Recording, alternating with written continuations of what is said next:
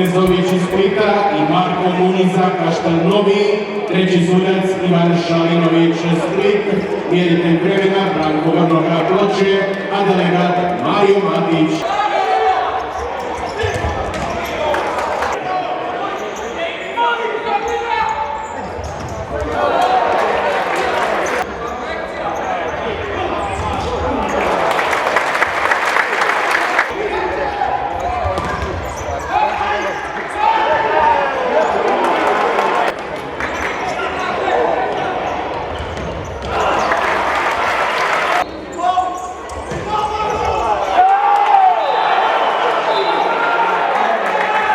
Ornisum vodi 1:0, strelac igrač broj 9, Nikola Pavić.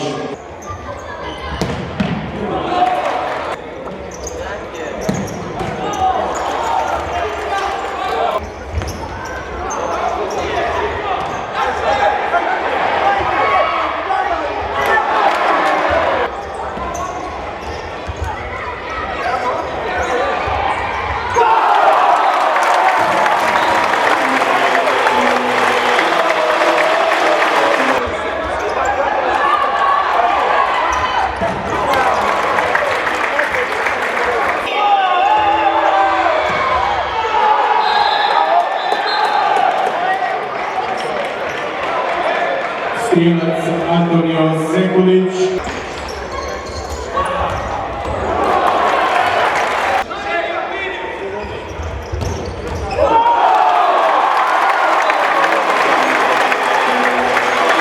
Strijelac Mirko Hrnauć.